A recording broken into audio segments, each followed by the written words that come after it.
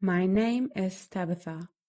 I am 24 years old, and for all this time, I have been nothing more than gossip, a way for people to entertain themselves, a joke whispered when I walk past. But what breaks me most are the gazes of my own loved ones. My parents, my siblings, my grandmother. They all see me differently now. The other night, my mother stood by the window, folding laundry.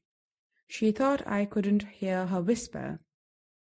If only she hadn't been so stubborn, she said to my father. If only she hadn't dreamed so small.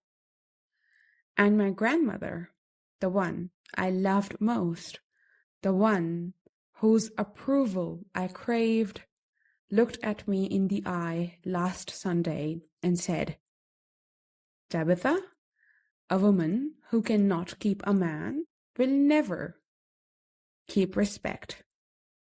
Her words sliced through me, and I smiled, pretending to be strong, but inside I was bleeding. I live in a quiet town on the edge of London. Here, life moves slowly. Here, tradition is everything. You go to school, you get a job, you marry young, you settle. And if you don't, you are marked. At 24, I was already late. At weddings, aunties whispered, "Tabitha will be next." At cafes, friends smiled with kind cruelty and asked, "Anyone special?" "Anyone special?" The words followed me everywhere, like perfume I never wanted to wear. And for a time, I had someone. I had James. James was never just someone. He was my childhood, my neighbor, my first friend, my best friend. We built blanket castles together. We chased fireflies in the fields. We grew up side by side, promising each other that someday, somehow, we would not be like the rest. We would choose each other. And we did. At least, I thought we did.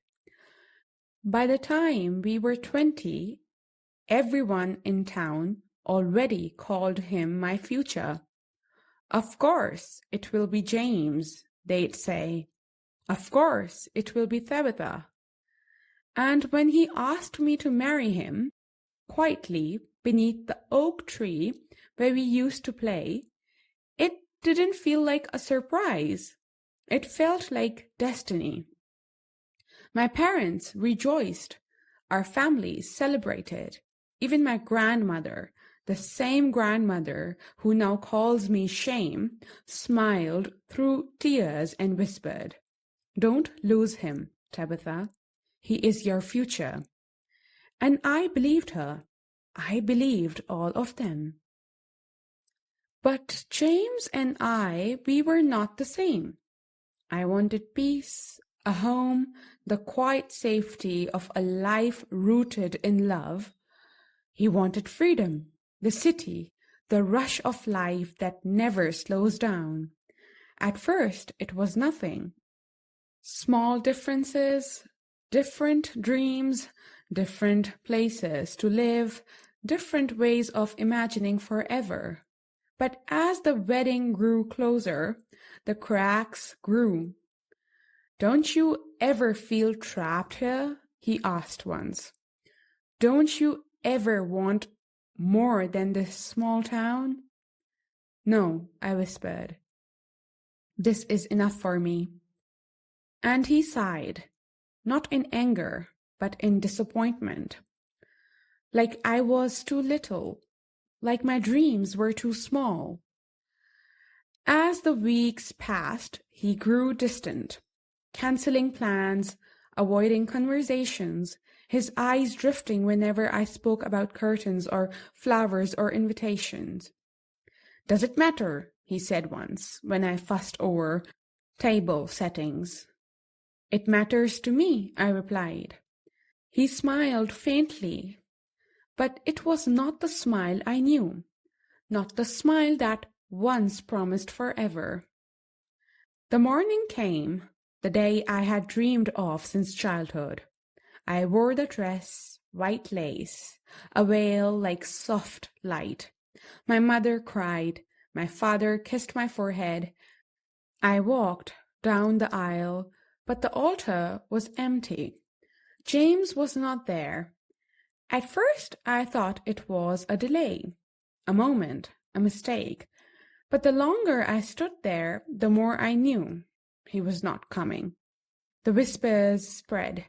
The pitying eyes turned toward me. The silence became unbearable. And in that moment, I felt my life collapse. James had left me, not with a fight, not with a reason, just with absence. The wedding day was not the end. It was the beginning of something worse. The gossip, the laughter, the endless speculation. "Did you hear? James left her. Such a shame. She's nearly 25. She couldn't keep him."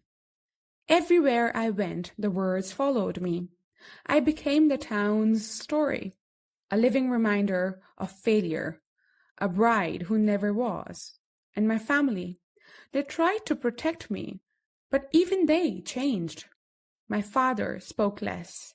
My mother cried at night, and my grandmother, my beloved grandmother, looked at me with eyes heavy with disappointment and said, "A woman abandoned at the altar is a woman no man will ever choose again." I wanted to scream. I wanted to beg. I wanted to say, it wasn't me. It wasn't my fault. But the words never came. And even if they had, no one would have believed them. 9 months have passed. And still I feel the weight. I go to work. I smile. I laugh when I must. But inside I am broken.